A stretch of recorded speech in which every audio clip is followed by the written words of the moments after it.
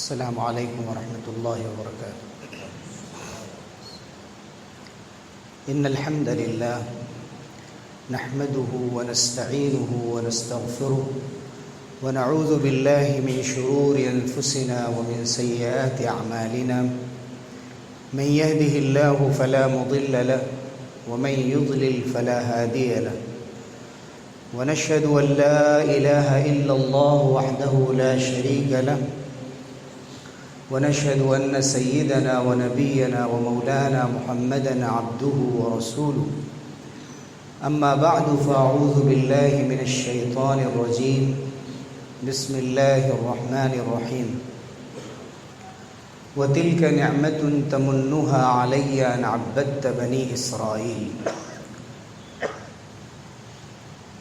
حضرات گرامی،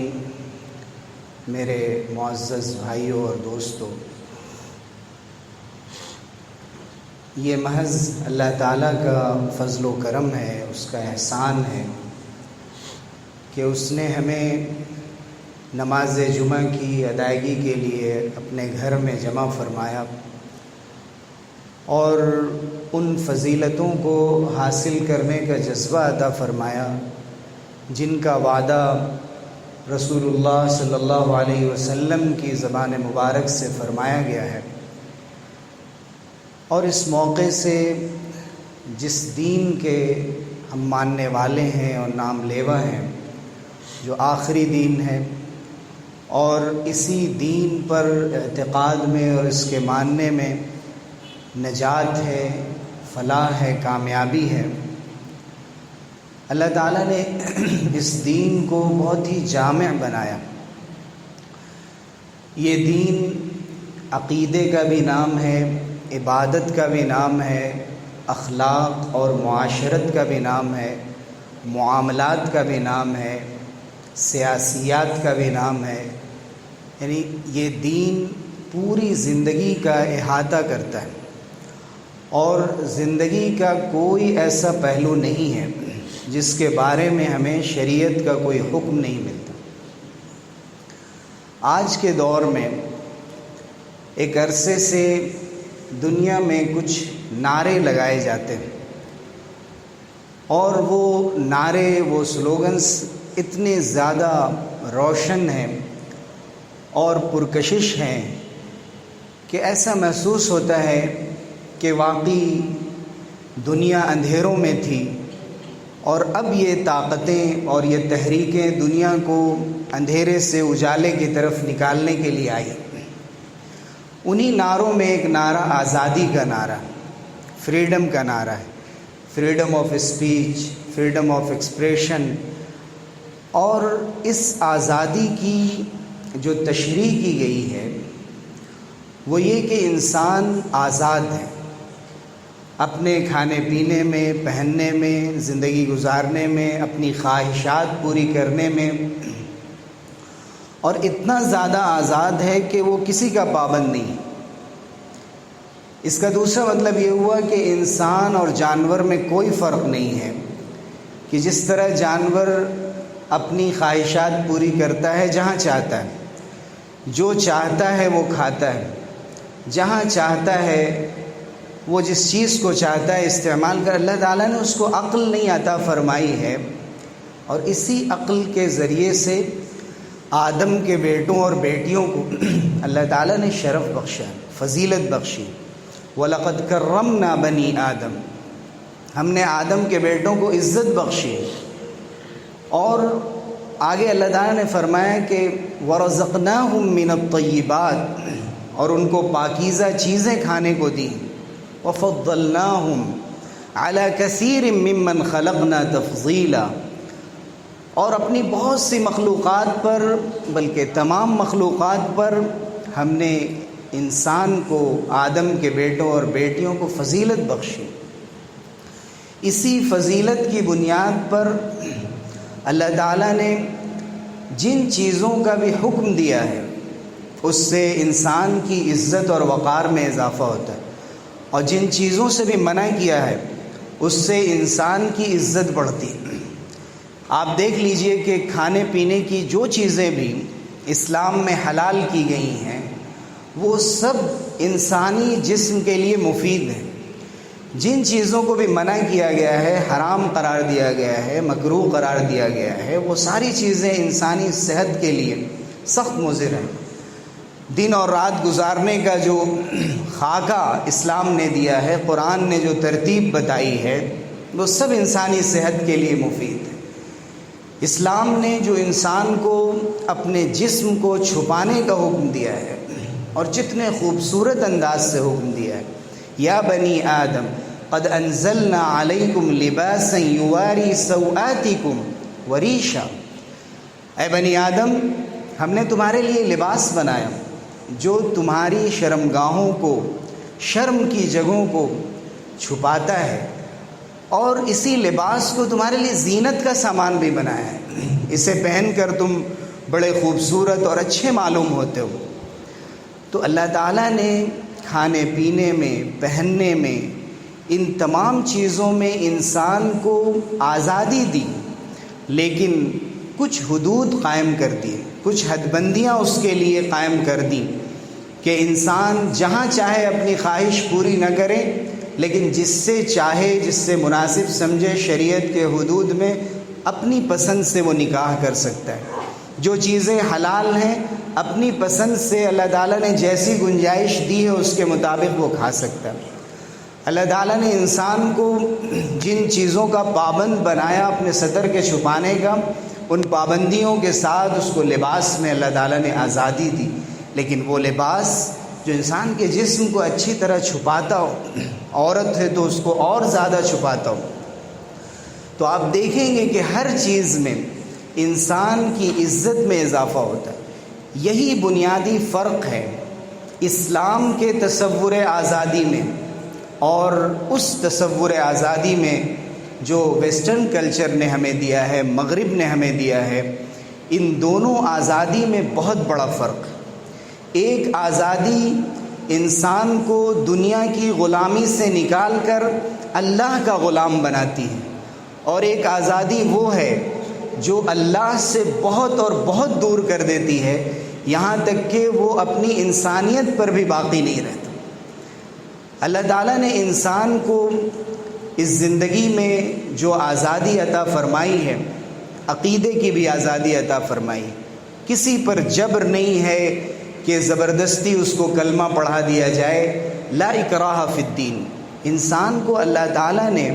مختار بنایا ہے، اختیار دیا ہے، مجبور نہیں بنایا، اور اسی وجہ سے انسان کے کیے ہوئے اعمال کا حساب لیا جائے کہ وہ اختیار کے ساتھ اس دنیا میں بھیجا گیا تھا، اس نے اپنے اختیار کا استعمال کہاں کیا، صحیح جگہ پر کیا یا غلط جگہ پر کیا۔ پھر اللہ تعالیٰ نے اس زندگی کو تقسیم کر دیا، بعض لوگوں کو حاکم بنایا، بعض کو محکوم بنایا، بعض کو کرسی پہ بٹھایا، بعض کو خدمت کے لیے رکھا۔ تو اللہ تعالیٰ نے اس زندگی کو تقسیم کیا، اور یہ زندگی اسی تقسیم کی بنیاد پر آسانی سے چلتی ہے۔ اگر تمام لوگوں کو ایک درجے پہ رکھ دیا جاتا تو پھر یہ زندگی آسان نہیں ہوتی، لیکن درجے کا مطلب کاموں کی تقسیم ہے، اور ہر ایک کا کام اہم ہے۔ درجے کا مطلب یہ نہیں ہے کہ ایک شخص اگر آقا ہے تو دوسرا غلام ہے، اگر ایک شخص عزت والا ہے تو دوسرا شخص ذلیل ہے، بلکہ اللہ تعالیٰ نے فرمایا کہ قبیلوں اور برادریوں میں جو ہم نے تمہیں تقسیم کیا ہے یہ تمہاری پہچان کے لیے کیا ہے۔ ان اکرمکم عند اللہ اتقاکم، تم میں سب سے بہتر اللہ کے نزدیک سب سے معزز وہ ہے جو سب سے زیادہ تقوی والا ہو۔ اسی لیے اسلام نے اس بات پر پابندی لگا دی کہ کوئی طاقتور کسی غریب کا حق نہ مارے، کوئی کسی کو نہ ستائے، کسی کا حق نہ کھا جائے، اور ہر شخص کو اللہ کا غلام بن کر اسے آزادی کے ساتھ زندگی گزارنے دے جس کا حق اللہ تعالیٰ نے اسے دیا ہے۔ یہی وجہ ہے کہ آپ دیکھیں گے کہ حضرت موسیٰ علیہ السلام کے سامنے جب فرعون نے بڑی تقریر کی اور بہت سے احسانات اپنے گنائے کہ تمہاری قوم کے ساتھ ہم نے ایسے ایسے احسانات کیے ہیں، اس وقت حضرت موسیٰ علیہ السلام نے فرمایا وَتِلْكَ نِعْمَةٌ تَمُنُّهَا عَلَيَّ أَنْ عَبَّدْتَ بَنِي إِسرائیل، یہی تمہارا احسان ہے جو احسان تم میرے ساتھ جتا رہے ہو کہ تم نے بنی اسرائیل کو اپنا غلام بنا رکھا ہے۔ حضرت موسیٰ علیہ السلام نے بنی اسرائیل کو فرعون کی غلامی سے نجات دلائی، اور غلامانہ ذہنیت ایسی خراب غلامی ہوتی ہے کہ اس ماحول میں پھر انسان کوئی بڑا کام انجام نہیں دے پاتا۔ چنانچہ جب اللہ تعالیٰ نے یہ حکم دیا تھا بنی اسرائیل کو کہ تم بیت المقدس کو فتح کرو اور اس مبارک سرزمین پر جاؤ،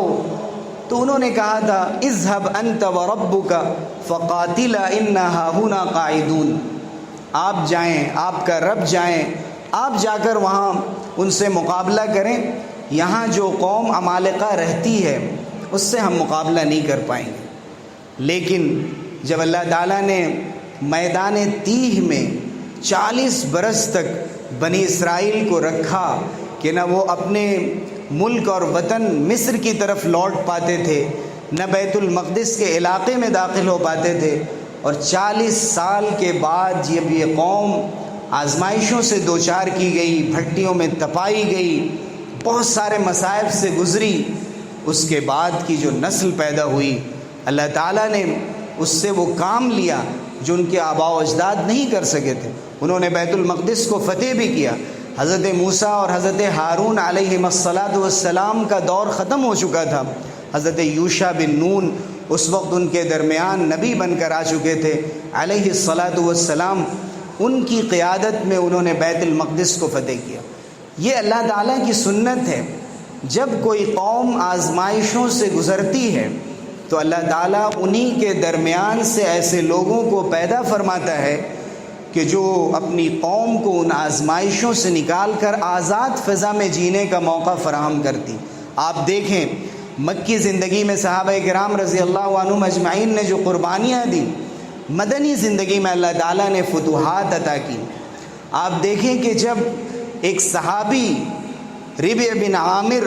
جب رستم کے دربار میں پہنچے، اس وقت جب رستم ایران نے ان سے پوچھا کہ کون سی چیز تمہیں یہاں لے کر آئی، اور رستم کو یہ یقین تھا کہ ایسے پھٹے پرانے کپڑے میں اگر کوئی شخص آیا ہے تو اس کا صرف اور صرف مقصد یہ ہوگا کہ ہم سے کسی ریلیف کا مددگار ہے، کوئی مدد چاہتا ہے۔ لیکن حضرت ربیع بن عامر نے رستم کے دربار میں بہت ہی طمطراق کے ساتھ، دبدبے کے ساتھ اس کی قیمتی قالینوں پر اپنی تلوار کو ٹیکتے ہوئے اور اسے چیرتے ہوئے آگے بڑھے، اور انہوں نے قریب جا کر فرمایا اللہ ابتعثنا، تم یہ پوچھ رہے ہو کہ ہمیں کس نے بھیجا؟ ہمیں اللہ نے بھیجا ہے، لنخرج من شاء من عبادت العباد الى عبادت اللہ، اور اللہ تعالیٰ نے ہمیں اس لیے بھیجا ہے تاکہ ہم اللہ کے بندوں کی غلامی سے نکال کر اللہ کی غلامی کی طرف لائیں۔ وَمِن ضِيقِ الدُّنْيَا إِلَى سَعَتِهَا، دنیا کی تنگی سے نکال کر اور طرح طرح کے رسم و رواج میں جو وہ جکڑے ہوئے ہیں اور اللہ کو چھوڑ کر جو غیر اللہ کی عبادتوں میں لگے ہوئے ہیں، ان تمام معبودان باطلہ کی غلامی سے نکال کر ایک اور صرف ایک اللہ کے سامنے جھکنے کی آزادی عطا کریں۔ اور پھر حضرت ربیع بن عامر نے فرمایا وَمِن جَوْرِ الْأَدْيَانِ إِلَى عَدْلِ الْإِسْلَامِ، جو دنیا کی تہذیبوں نے، مذاہب نے ان پر ظلم کر رکھا ہے اور ان کو طرح طرح کے خانوں میں بانٹ رکھا ہے، طبقاتی نظام میں بانٹ رکھا ہے، ان کے درمیان اعلیٰ اور ادنیٰ کی تقسیم کر رکھی ہے، ان سب سے ان کو نکال کر اسلام کے انصاف کے سائے تلے ان کو جمع کریں۔ اور ہم یہ پیغام دیں کہ اسلام اس لیے آیا ہے تاکہ اللہ کے بندوں کو جو حق اللہ نے دیا ہے وہ حق اس کو واپس کرائے۔ حضرت عمر ابن خطاب رضی اللہ عنہ نے اپنے زمانے میں بے شمار ایسی مثالیں قائم کی، نہ کسی بادشاہ کی پرواہ کی، نہ انہوں نے کسی وزیر کی پرواہ کی، نہ کسی مالدار کی پرواہ کی۔ جب وقت آیا، جبلہ بن ایہم جو غسان کا بڑا بادشاہ تھا، اس نے اسلام قبول کیا۔ حضرت عمر رضی اللہ عنہ نے اس کا بڑا اکرام کیا، لیکن جب وہ طواف کے لیے گیا اور طواف کے دوران ایک غریب دیہاتی کا پیر غلطی سے اس کے کپڑے پر پڑ گیا، تو جبلہ نے پلٹ کر اس کو اتنا زوردار تماچا مارا کہ وہ غریب اس کا جواب نہیں دے سکا۔ حضرت عمر کو جب معلوم ہوا تو حضرت عمر نے اس کی پرواہ نہیں کی کہ ابھی نیا نیا اسلام لایا ہے اور بادشاہ ہے، اگر یہ واپس چلا گیا تو اسلام کی بدنامی ہوگی، غریب پر ظلم ہوا ہے۔ حضرت عمر نے فرمایا کہ اس غریب کا انصاف دلوا کر رہوں گا اور اس کو میں حق دوں گا کہ تمہیں اسی طرح سے ایک تھپڑ سب کے سامنے رسید کرے، لیکن جب اللہ نے کہا مجھے ایک رات کا وقت دیا جائے، صبح میں اگر آپ چاہیں تو مجھے یہ سزا دیں، حضرت عمر نے ان کو یہ آزادی دی، وہ راتوں رات فرار ہو گئے، بھاگ گئے وہاں سے۔ لیکن حضرت عمر نے معاف نہیں کیا کہ کسی کو حق نہیں ہے کہ اپنے منصب کی بنیاد پر، اپنے دبدبے کی بنیاد پر کسی شخص کے ساتھ ناروا سلوک کرے۔ حضرت عمر رضی اللہ عنہ نے حضرت عمرو بن العاص رضی اللہ عنہ جو مصر کے گورنر تھے، ان کے بیٹے اور ایک قبطی کے درمیان گھوڑ دوڑ میں مقابلہ ہوا اور اس قبطی کا گھوڑا آگے نکل گیا، لیکن حضرت عمرو بن العاص نے یہ سمجھا کہ میرے والد مصر کے امیر ہیں، والی ہیں، گورنر ہیں، ان کو غلط فہمی ہوئی اور انہوں نے دعویٰ کر دیا کہ یہ میرا گھوڑا ہے، اور جب اس نے نہیں مانا تو حضرت عمرو بن العاص رضی اللہ عنہ کے ایک بیٹے نے کہا کہ انا ابن الاکرمین، میں شریف زادہ ہوں، شریفوں کا بیٹا ہوں، اور تم تو ایک عام سے انسان ہو، اور اس پر ہاتھ اٹھا دیا۔ حضرت عمر رضی اللہ عنہ کے پاس جب شکایت گئی تو مصر سے مدینے بلوا لیا۔ نہ صرف یہ کہ حضرت عمرو بن العاص کے بیٹے کو، بلکہ مصر کے گورنر حضرت عمرو بن العاص سے فرمایا کہ اپنے بیٹے کو لے کر فوراً میرے پاس حاضر ہو، اور وہاں حضرت عمرو بن العاص رضی اللہ عنہ کے بیٹے کے بارے میں حضرت عمر نے یہ فرمان جاری کیا کہ یہ قبطی شخص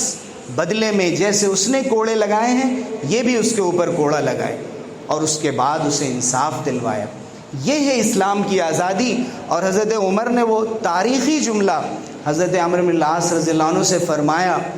مَتَ اسْتَعْبَدْتُمُ النَّاسَ وَقَدْ وَلَدَتْهُمْ أُمَّهَاتُهُمْ أَحْرَارًا، کب سے تم نے لوگوں کو غلام بنا لیا ہے؟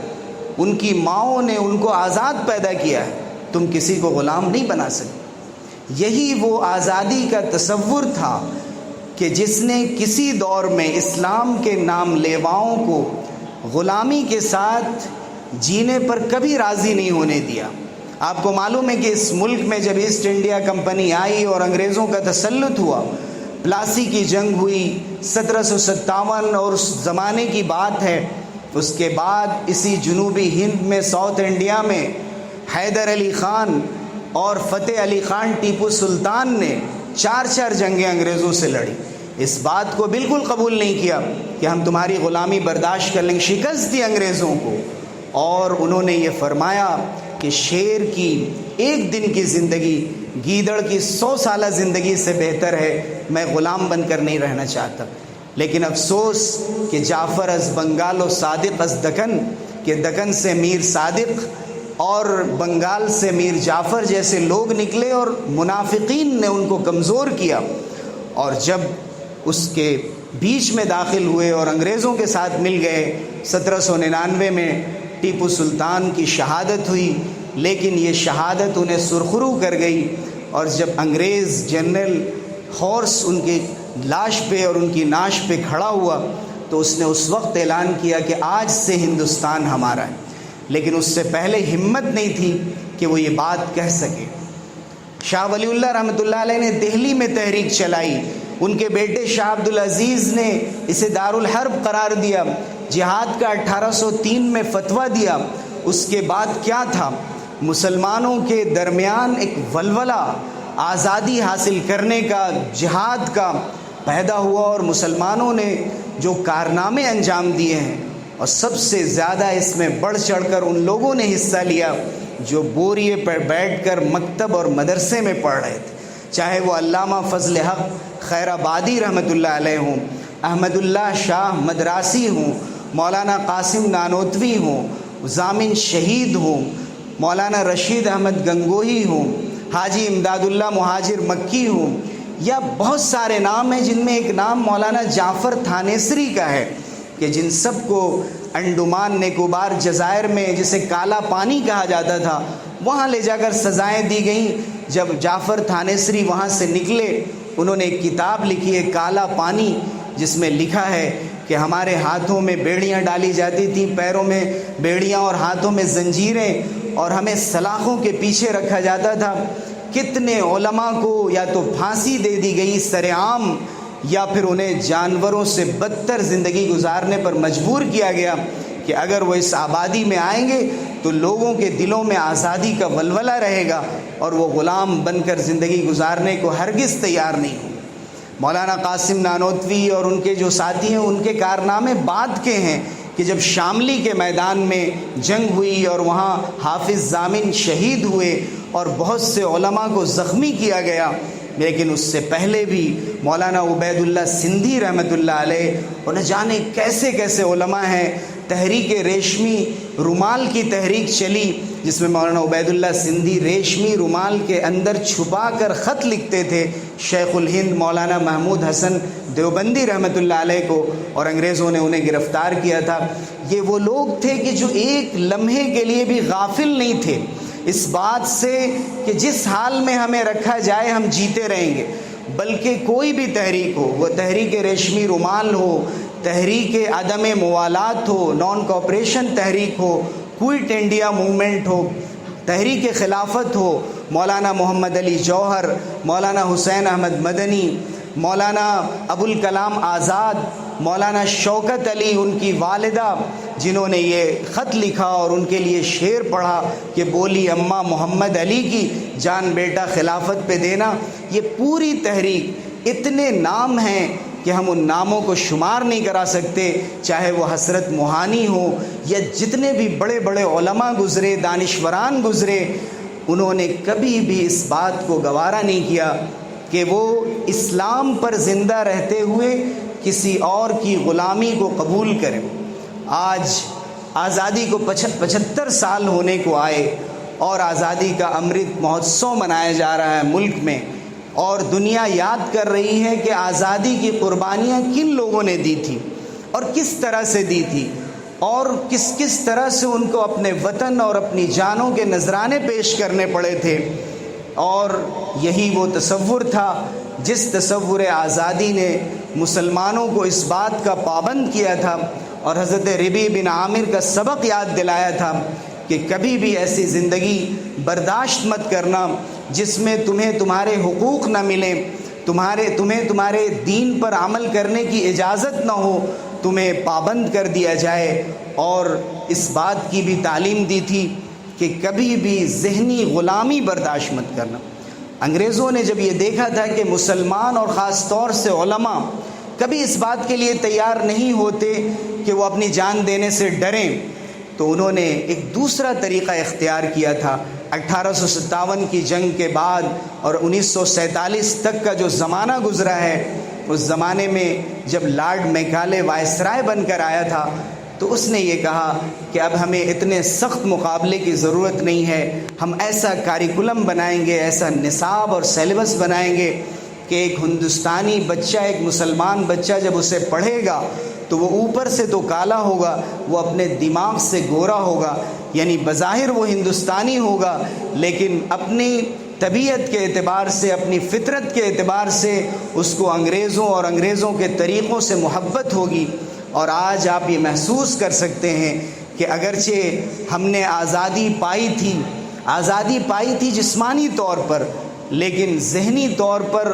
وہ غلامی کا تصور ختم نہیں ہو سکا جس نے ہمیں ان تہذیبوں میں جکڑ دیا جو اسلامی تہذیب کے خلاف تھی۔ اور اس کے بعد جو آزادی ہمیں ملی تھی، اس آزادی کے بعد بھی جو حالات اس ملک میں پیش آئے اور مسلمانوں کے ساتھ جس قسم کا سلوک روا رکھا گیا کہ انہیں اس ملک میں 2 نمبر کا شہری بنایا گیا اور بنانے کے منصوبے بنائے گئے، آج حالات یہ ہے کہ مسلمان اس بات پر غور کر رہا ہے کہ کیا ہم 2 نمبر کے شہری بن گئے یا ہمیں بنانے کے منصوبے ہو رہے ہیں۔ حقیقت یہ ہے کہ اس آزادی کی تحریک کا ذکر منبر مسجد سے صرف اور صرف اس لیے کیا جا رہا ہے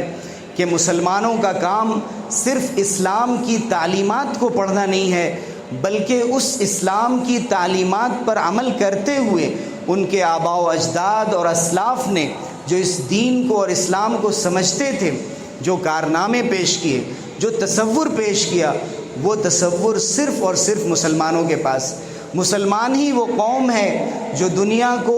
غلامی سے نجات دلا سکتی ہے۔ اس ملک کا حال آپ دیکھ رہے ہیں کہ کس طرح جو دوسری قومیں ہیں، دوسری جو یونٹس ہیں لوگوں کی اور شہریوں کی، وہ کسی بھی طرح کی غلامی قبول کرنے کو تیار ہے۔ ان کو تو اتنی بھی اجازت نہیں ہے کہ وہ برابر کی کرسی پر بیٹھ سکیں،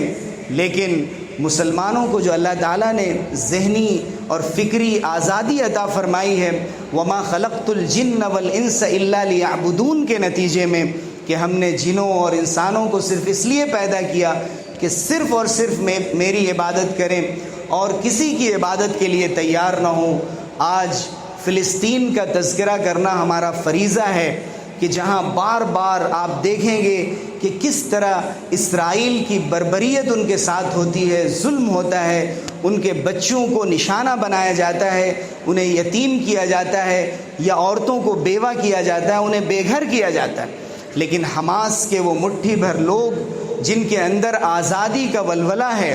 جو اپنے اندر کبھی بھی غلامی کو قبول کرنے کو تیار نہیں ہیں، انہوں نے دنیا کی دوسری قوموں کو یہ سبق سکھایا ہے کہ ہم میزائل کے مقابلے میں راکٹ سے مقابلہ کر کے ایک بڑی طاقت کو اس پر مجبور کر سکتے ہیں کہ وہ ہمیں ماننے اور ہم سے ڈرنے پر مجبور ہو۔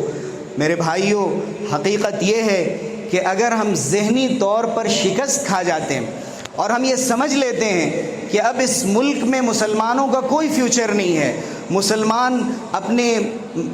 فائنینشیل طور پر تباہ ہو گئے، مسلمانوں کے پاس جابز نہیں ہیں، مسلمان اب دوبارہ اٹھ نہیں سکتے ہیں، ان کا کوئی مستقبل نہیں ہے، مسلمانوں کو بھول جانا چاہیے، اس ملک میں ترقی کا خواب دیکھنا چھوڑ دینا چاہیے، یہ اس اسلام کے ساتھ بدگمانی ہے،